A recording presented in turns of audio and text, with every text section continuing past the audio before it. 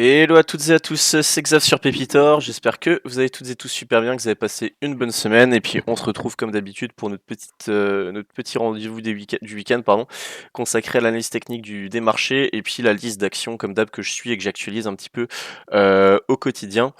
Euh, Alors, comme d'hab, on commence rapidement par le CAC 40. Bon, le CAC 40 qui sur une semaine fait pas grand-chose. Par contre, on s'est un petit peu fait peur avec les séances de mardi, mercredi. Euh, Au final, on clôture à peu près flat par rapport à la semaine dernière. On prend quasiment rien. Là, on doit prendre par rapport à la semaine dernière, on prend 0,46%. Donc vraiment pas grand-chose. On reste toujours, je trouve, assez neutre à court terme. En tout cas, ce qui est intéressant de soulever, c'est quand même ce beau rebond là, entamé mercredi. Là, depuis les plus bas mercredi, on a quand même pris 2,5%, et puis on a rebondi, vous voyez, pile poil sur la bande de Bollinger Inf. Donc, encore une fois, un indicateur technique qui fait son job et qui montre son efficacité, hein. Vous le savez, c'est un de mes indicateurs techniques préférés. Du coup, moi, je maintiens mon scénario à ce stade, hein, donc les 7350 en premier gros support, et puis la zone des 7750, 7800 en grosse résistance sur le CAC 40. Et tant qu'on est entre les deux, il n'y a pas vraiment de tendance, pas vraiment de direction très claire pour le marché. Alors, commence tout de suite avec Osemuno. Osemuno, bah, très belle. Très bon, bah, c'est un titre qui est un peu encadré, hein, ces derniers mois, qui fait une belle hausse sur l'année, qui fait un super.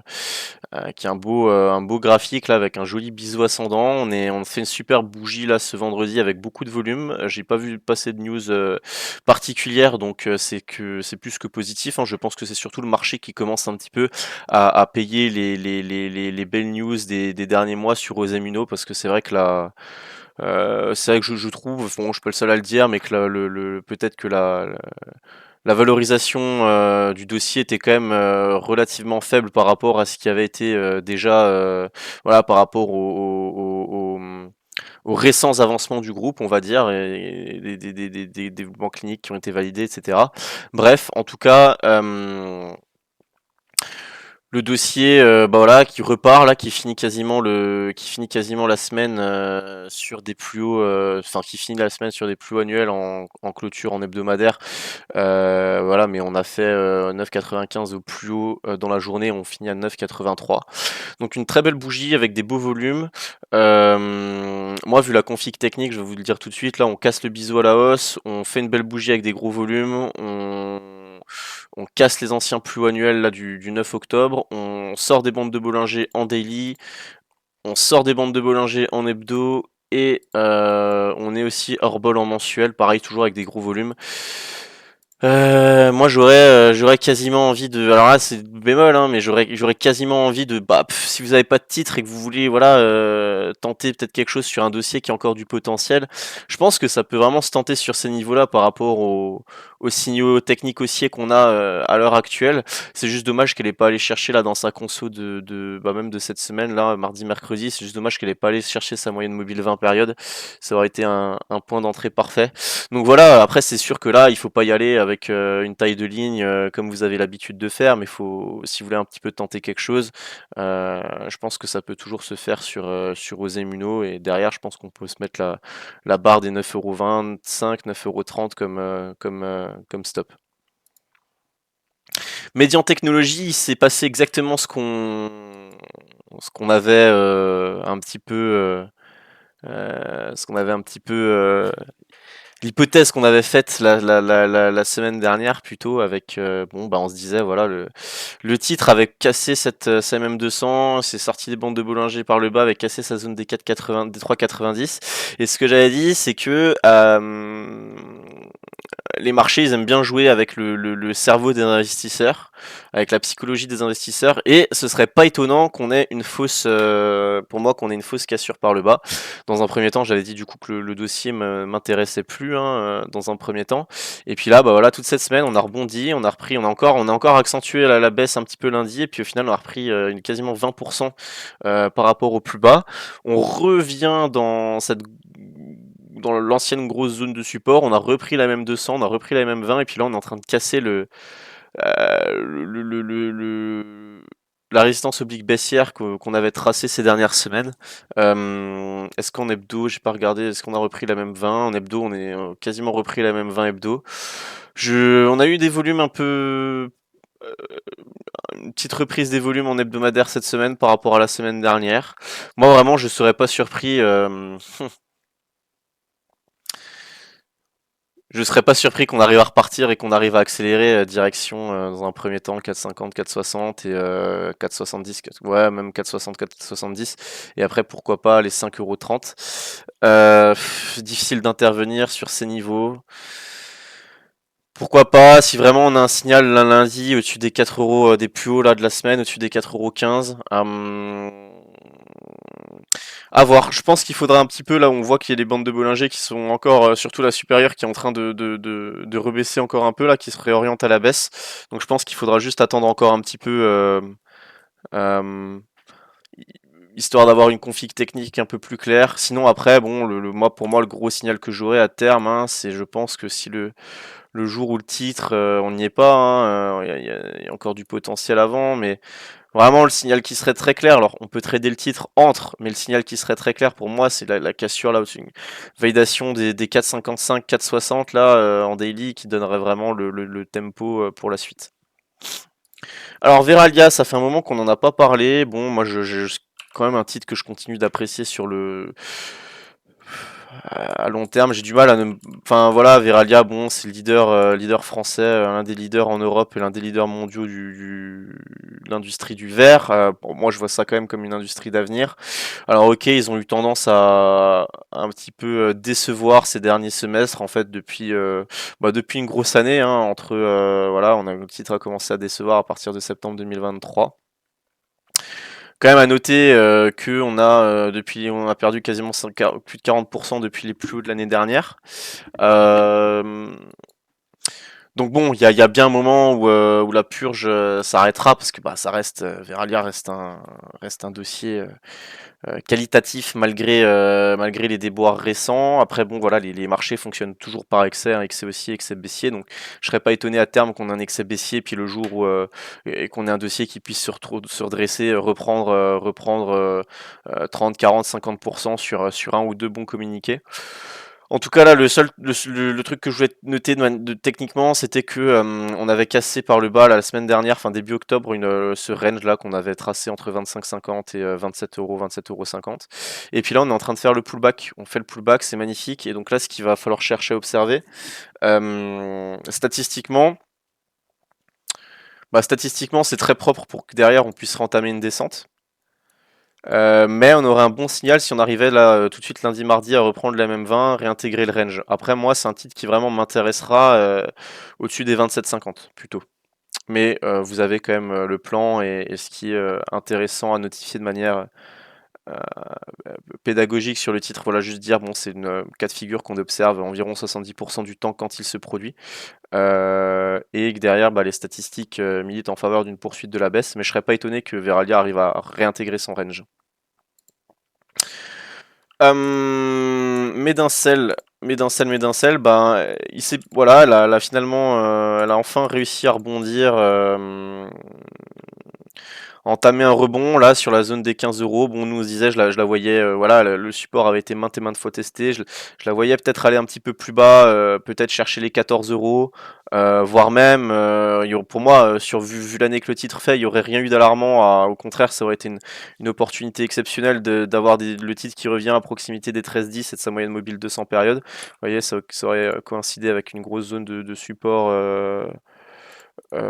Horizontale aussi, donc là on aurait eu un point d'achat parfait, hein, même s'il aurait fallu là depuis les 15 € les plus bas de la semaine dernière une baisse supplémentaire d'une douzaine de pourcents, ça aurait été totalement faisable sur un titre comme Médincelle et ça aurait, je trouve, rien eu d'inquiétant. Bon voilà, on a entamé un rebond, on a eu une petite reprise des volumes, ça fait plaisir. On a repris 7% depuis le support avant de reconsolider et de revenir là, voilà, un peu entre deux eaux. Moi, voilà, la config technique se met en place. Il y a un peu, voilà, il y a une baisse des volumes. On a les bandes de Bollinger qui commencent à se resserrer. Le titre construit à plat et construit son futur mouvement, on l'espère, à la hausse. Du coup, bah maintenant ce qu'on peut se dire, en plus c'est assez limpide, hein, on a vraiment cette zone des 16 euros en résistance à court terme. Donc au-dessus de 16 euros, avec des bandes de Bollinger, une bande de Bollinger Sup mieux orientée, on aurait un signal de reprise fort pour rejouer un retour sur les plus hauts récents, les plus hauts annuels, ce qui donnerait un potentiel de l'ordre des euh, plus 17% pour ceux qui seraient positionnés sur le titre. Je sais que vous êtes nombreux à avoir pris quelques titres sur la zone des 15 euros, donc bravo si c'est le cas. Je pense que c'est une très belle porte d'entrée. Et puis ben, si le titre revenait sur 14,90, 15 euros, je pense que ce serait à ce stade une bonne opportunité de renfort ou d'achat. Et on pourrait même se dire, voilà, y aller vraiment avec avec parcimonie, avec une petite ligne, en se disant bon, Médincel c'est un dossier, voilà, ça fait un moment que je cherche à rentrer dessus pour jouer le moyen terme et pour jouer les envolées, enfin les news récentes du titre et les news à venir. Enfin, vous jouez les fondamentaux du titre qui commencent vraiment à se mettre en place et se dire ok, même si je rentre maintenant, bah, j'ai une petite ligne, pas grave si le titre perd 10-12%, c'est ok, je renforce quoi. Moi, c'est un peu comme ça que je procéderais, je pense, sur Médincel. Bon, et Sealor, alors bougie assez surprenante ce vendredi là. Bon, c'est à l'échelle des Sealor, hein, on fait entre les plus bas et les plus hauts, on fait plus 3,5%. On est à proximité des plus annuels. Bon, pas grand chose à dire. Vous connaissez un peu la chanson. Je fais le suivi parce que je sais qu'il y a des followers de la chaîne Pépitor qui sont positionnés sur le titre. Pour moi, là, on aura bientôt un signe là au-dessus des 220 euros là pour jouer 230, 235 dans les prochaines semaines, peut-être d'ici la fin de l'année. On est sur un dossier qui surperforme toujours très nettement le CAC, qui est à proximité de ses plus hauts récents. Dossier d'avenir, pas grand chose à dire, hein, je pense. Euh, le moindre creux même là on perd combien entre les plus hauts voilà de 7-8 une dizaine de pourcents est à mettre à profit sur ce genre de titre et à intégrer voilà et à racheter des titres ou éventuellement démarrer une ligne. Valourec qui depuis le signal l'a donné un petit peu les derniers jours, bah écoutez fait sa vie, hein, j'ai envie de dire c'est même si c'est un peu poussif, c'est plutôt positif parce on n'est pas revenu sous l'ancienne résistance oblique baissière.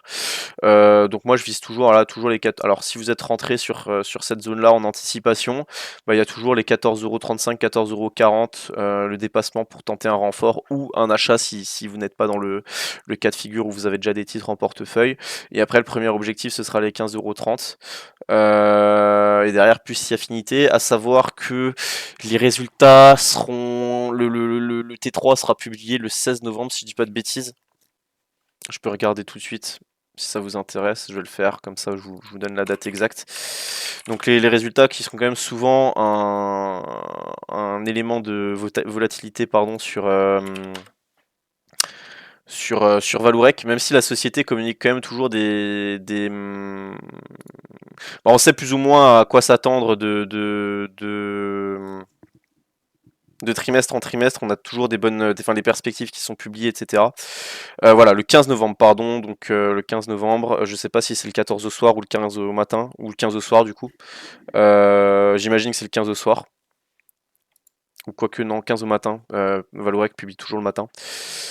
Donc le 15 au matin, le 15 novembre, résultat sur Valourec. À savoir que bon, c'était connu, mais le premier semestre a été décevant, notamment le premier trimestre, et que le groupe va annoncer s'attendre à du mieux à partir du troisième trimestre. Donc, donc pourquoi pas, après ces gros quasiment 6 mois de baisse de construction. Pourquoi pas se dire, voilà, Valourec, si les résultats sont ok, comme aux attentes, voire un peu supérieurs, ce qui me paraît peu probable, bah, pourquoi pas le titre être en mesure d'enclencher un bon mouvement haussier. Attention cependant, parce c'est Valourec, on n'est jamais à l'abri d'une déception. Et du coup, peut-être à l'abri d'aller plus bas à court terme, même si c'est un dossier en lequel je crois fondamentalement à plus long terme. Voilà, il y a beaucoup de sociétés qui pâtissent un peu en ce moment comment dire un peu comme Veralia.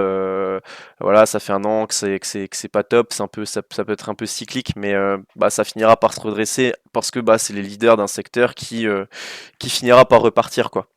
Sauf fin du monde. Total Energy, bon, un peu pénalisé par la baisse du pétrole cette semaine. On a toujours ce range entre ouais, qu'on a visualisé entre 58 et 63,50 globalement. Point positif de la baisse de cette semaine, c'est qu'on est venu combler le gap haussier là qu'on avait laissé ouvert entre le 1er et le 2 octobre. Donc c'est plutôt positif. Moi, j'ai une alerte là sur les 58 euros pour renforcer Total Energy dans le portefeuille de mes parents, dans le PEA de mes parents. Et après, bah, toujours pareil avec les ranges, surtout sur des grosses sociétés où bah, l'analyse technique fonctionne globalement très bien quand même comme Total Energy. Bon, bah, une zone d'achat sur 58 et il y aura un signal au-dessus de 63,50. Et là, le fait qu'on ait laissé un gap baissier aussi, qu'on a un gap baissier sous les pattes, bah, ça donne un objectif aussi à court terme au marché, ne serait-ce que techniquement aller fermer le gap, quoi. Valbiotis, un moment qu'on n'a pas parlé du titre, moi j'aime beaucoup la config. Alors bon là c'est assez décevant parce qu'il y a une belle news cette semaine qui n'a pas vraiment été payée par le marché malgré des volumes, des volumes colossaux. Je me demande si c'est pas non j'allais dire les plus forts, enfin en tout cas les plus forts volumes depuis l'annonce de la rupture du partenariat avec Nestlé. Bon, c'est un dossier qui reste toujours faiblement valorisé à mon sens, où je pense que le plus dur, vu la valorisation du titre et vu les avancées quand même fondamentales, je pense que le plus dur est passé quoi sur Valbiotis, même si bon c'était jamais, voilà, je vous le dis, hein, même quand une société a tout pour réussir, par exemple, parce que moi ce que je pense de Medincell, bah voilà, l'exemple de Valbiotis démontre qu'il faut pas non plus être complètement amoureux d'une valeur. Moi, j'adore Medincell pour ses fondamentaux et pour comment je peux dire, pour la technologie que développe la boîte depuis des années. Pourtant, je sais très bien que du jour au lendemain, ils peuvent rompre un partenariat pour X ou Y raison. C'est ce qui s'est passé sur Valbiotis alors que personne s'y attendait. Et résultat, bah, au plus bas, le titre a perdu 72% en quelques semaines. Voilà, je pense que moi mon avis c'est que ben, le marché digère un petit peu toujours ça. Alors là je suis très surpris d'avoir quand même tel volume et avec enfin voilà et de tel volume avec derrière un retracement aussi j'ai pas le terme, mais je suis assez surpris qu'on soit pas, ouais, que ça soit pas emballé sur le dossier. Donc pour moi, c'est que partie remise. Et au contraire, j'ai envie de me dire, bah au moins on fait les choses proprement, on fait un gap haussier sur une news, on vient le refermer 2 séances plus tard, on reste au-dessus de M20, on est quand même au-dessus d'un. Moi, je suis clairement acheteur hein, du dossier là dans cette zone. Hein. On est quand même à proximité d'une grosse zone de support. C'est un dossier sur lequel il y aurait du potentiel pour revenir, ne serait-ce que qu'aux premiers objectifs. Moi, à titre personnel, on a un trade sur le salon MTT sur Valbiotis et je vise 1,60€ en premier objectif. Moi, je suis plutôt acheteur. Là, en plus, là, la config technique avec les bandes de Bollinger qui sont hyper serrées. Là, on sent qu'il y a la moyenne mobile 20 qui a envie de commencer à se redresser. Je pense on est peut-être allé un peu vite en besogne sur le premier mouvement, mais à mon avis, on n'est pas loin de quelque chose, d'un mouvement intéressant à venir dans les prochains jours, les prochaines semaines. C'est sûr, c'est un peu frustrant là d'avoir eu une belle news et au final d'avoir tout retracé, mais c'est une porte d'entrée, je pense, pour ceux qui auraient peut-être pas. Que le dossier intéresse et qui sont pas dedans et qui voudraient peut-être tenter quelque chose. Technip Energy, bon, il n'y a pas grand chose à dire, c'est très neutre. À très court terme, on peut peut-être voir un truc comme ça, là, un support oblique, haussier. Moi, je rappelle, hein, Technip Energy, c'est pareil, il doit y avoir les résultats qui vont être publiés dans pas longtemps. Moi, c'est le genre de titre, voilà, au-dessus de 25€, là, ça pourrait fortement m'intéresser. Et puis bon, pour moi, grosse zone de support entre 20 et entre 19,50 et 20,50. Mais c'est pareil, c'est de la surveillance, mais c'est bien de prendre le temps de visualiser les dossiers comme ça, de les reprendre semaine après semaine pendant des mois, parce que derrière, quand quand le moment M arrive, quand l'instant T se présente, euh, on sait exactement quoi faire. Et donc là, bon, Technip Energy au-dessus de 24,50, il n'y aura pas trop de questions à se poser. Nexan, pareil, c'est du suivi, c'est magnifique. Bravo à vous si vous êtes positionné. On fait encore on clôturait déjà la semaine dernière au plus haut. On clôture cette nouvelle semaine quasi au plus haut en reprenant. Bon, on prend pas grand chose, on prend 2%, mais c'est toujours bon. Voilà, c'est toujours bon d'être sur un dossier qui continue de grimper alors que le CAC 40 fait rien. Voilà, hein, regardez le mouvement. On peut se mettre en hebdo, ce sera encore plus propre. Le mouvement hebdo là sur l'année, en gros, ça c'est depuis octobre dernier sur un an. Bon voilà, le titre qui prend 120%. Un titre comme Nexan, c'est incroyable. Ça reste toujours très haussier, bon, toujours tout qui indique qu'on a envie d'aller plus haut. Comme dit, là c'est vraiment du trend following. Il y a possibilité d'acheter ou de renforcer à chaque fois qu'on fait un nouveau plus haut, et puis derrière de remonter son stop sur les zones de support clairement identifiables. Tant que ça reste comme ça, il n'y a pas de raison de changer sa manière de procéder. Et puis de toute façon, on le verra assez rapidement le jour où la tendance commence à s'inverser. C'est là qu'il faudra réfléchir à sortir ou à alléger. En attendant, moi je suis assez fier d'avoir quand même pu vous partager ce dossier depuis les 100 euros là l'été dernier. Donc c'est propre. SO c'est intéressant, un peu comme voilà, bon, on a clairement échoué sur la zone dont on avait parlé là il y a 2 semaines. On se disait c'est probable que le marché vende quand même ici. Et on revient sur un gros point d'achat. Alors c'est assez poussif, mais bon, la zone est clairement identifiée, identifiable, clairement visible, donc pourquoi pas tenter quelque chose sur SO là. Après, comme dit, on n'est pas non plus à l'abri de.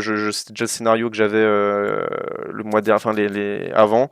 On n'est pas à l'abri de faire une jambe de baisse supplémentaire, ce qui serait pas catastrophique sur le titre, et de retourner à proximité des 105-110. Pourquoi? Parce que moi j'y verrais une grosse zone mensuelle en fait, là que j'avais déjà tracée. Donc on n'est pas. Là on est en mensuel. Le titre est quand même là, ça fait 3 mois qu'on bute sur la même zone, donc on est quand même plutôt tendance à penser que cette zone-là va quand même tenir, et donc du coup, on le voit en daily, ce serait plutôt un bon point d'achat pour au moins tenter quelque chose. Mais vous voyez, je pense qu'à 115, c'est un peu comme Médincel, quoi. Il n'y a pas mort d'homme à se dire, ok, bon, par principe, par anticipation, je rentre un peu maintenant, et c'est un dossier sur lequel j'aurais vraiment envie de renforcer si on revenait sur les 105, quoi. Sauf catastrophe ou sauf grosse volatilité à la baisse sur les marchés ou sur le pétrole en général, j'aurais du mal à vraiment voir le titre aller plus bas là, que les 105, 105 sans réussir à au moins rebondir de manière puissante sur cette zone-là. Après, moi, ma méthode donc de fonctionnement, de trading, etc., M7, M20, ça fonctionne sur toutes les unités de temps, et on pourrait se dire que au pire du pire, on n'est pas non plus si loin de ça, de la même 20 hebdo, quoi, 20% encore, au cas où. C'est pour ça, voilà, SO, plutôt un dossier que j'ai envie de traiter, sur lequel j'ai envie de vous amener sur un plan, une vision des choses plutôt moyen-termiste, avec une ligne qui pourrait se construire sur plusieurs semaines, plusieurs mois.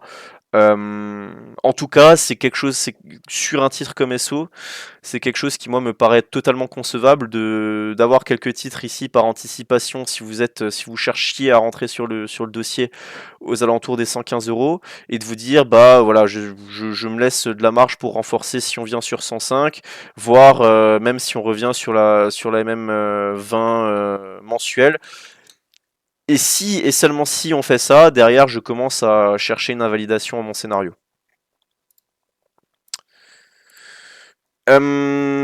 SMCP, pas grand chose, à dire. On a rééchoué cette semaine sur les 2,70, donc les 2,70 qui seront la porte d'entrée derrière pour le mouvement sur les 3 euros. Donc bon, ça construit un petit peu en dessous.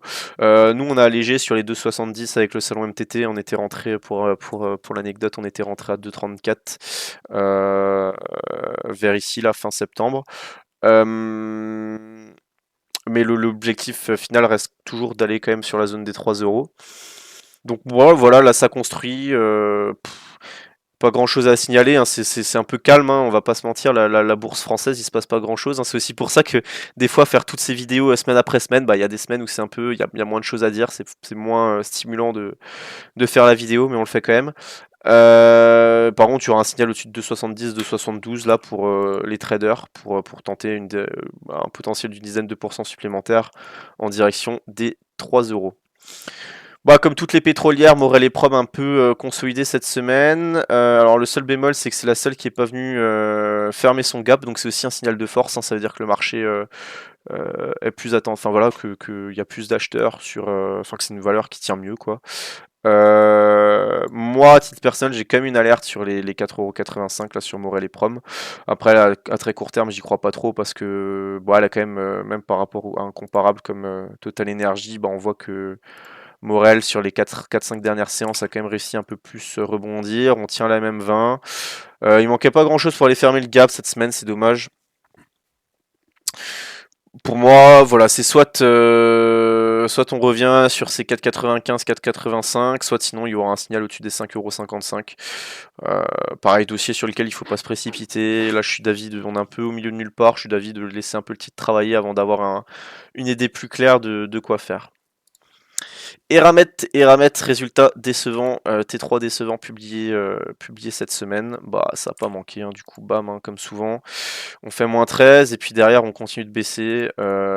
C'est triste, quoi, de voir des valeurs aussi belles ne pas réussir à. En même temps, c'est assez inquiétant quand même, hein, Eramet, bah, rebond de la Chine, Eramet qui arrive pas à se reprendre, bah, le pétrole qui, malgré tout ce qui se passe dans le monde, qui est pas non plus flamboyant, hein. On pourrait se dire, avec tout ce qui se passe au Moyen-Orient, on pourrait avoir un pétrole quand même, bah, qu'est-ce que le pétrole fout à 73$, quoi. Euh, Quand même pas mal d'éléments bah, qui sont assez, je trouve, inquiétants sur comment je peux dire, le dynamisme de l'économie mondiale. Bah, du coup, Eramet qui explose, qui explose cette grosse zone de support des 60€, hein, c'est assez. Alors là, par contre, bah maintenant, bonne chance, hein. Bon, le plus probable, alors je vais essayer de me mettre en hebdo pour trouver quelque chose pour éventuellement ceux qui seraient intéressés par le titre. Moi, c'est clair que là, bah, une bougie comme ça, là, ça va pas trop m'intéresser, mais. Peut-être que à proximité des 50€. Alors là, le plan que moi j'aurais, c'est éventuellement là les 50€. Je verrais pourquoi pas une zone intéressante, d'une première zone de support là entre 48 et on va dire 48 et 50. Et après, le plan serait de se dire si le titre vient sur 50, bah pourquoi pas jouer un pullback sur les 60. Donc ça laisserait un potentiel de l'ordre des plus 20%. Voilà, ça c'est ce que j'aurais envie de tenter sur Eramet si le dossier m'intéressait, ce qui n'est pas le cas. En tout cas en ce moment. Après voilà, bon, le problème c'est que quand un titre déçoit sur une publication de résultats, c'est pas ça s'inverse pas comme ça, quoi. Donc je pense que le titre va pas, sauf news de fou sur le lithium ou sur le nickel ou j'en sais rien, c'est pas Eramet va pas se redresser comme ça en 2 jours et repartir, quoi. C'est ça que je veux dire.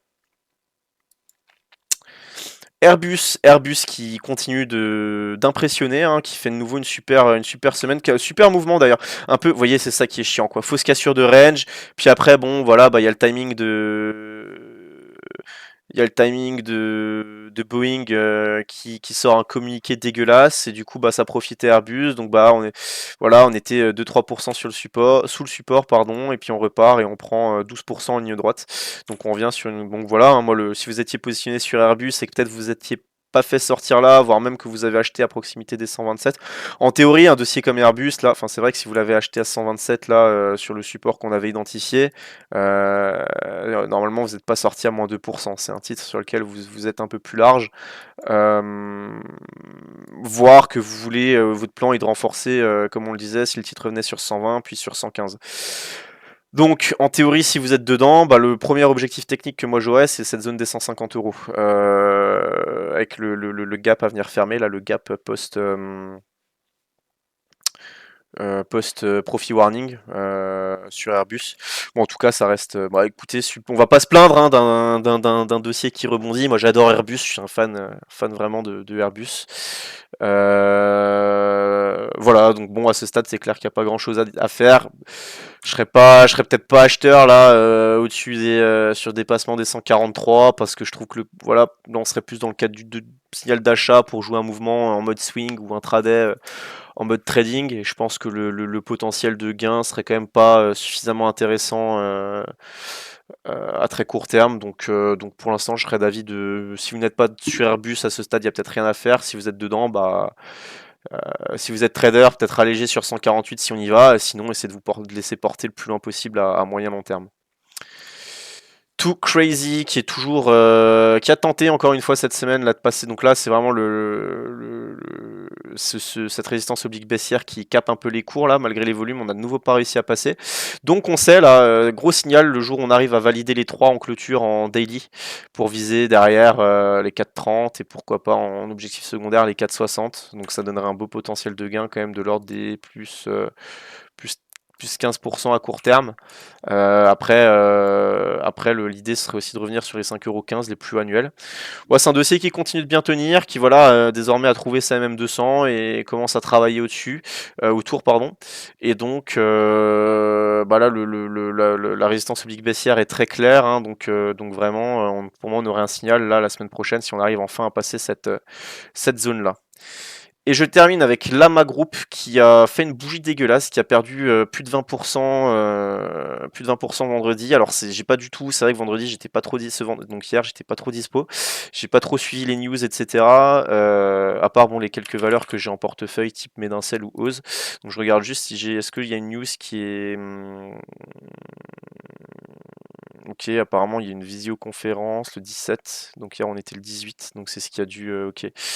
Donc c'est ce qui a dû un peu donc on a dû et comme dans absolument toutes les visioconférences qui sont annoncées comme ça, il n'y a jamais on n'apprend jamais rien, il n'y a jamais de news qui sont publiées dans une visioconférence, il n'y a jamais enfin ça c'est faut arrêter de croire faut arrêter de croire en les miracles, hein. Par contre, donc du coup, je pense que le marché a été un peu déçu, pas comme d'hab, par rapport à ça, alors qu'il n'y avait rien à attendre, hein, mais c'est la psychologie des investisseurs. Et par contre, là, pour moi, belle porte d'entrée. Belle porte d'entrée, là, on vient tout pile sur... là, je vais probablement acheter des titres...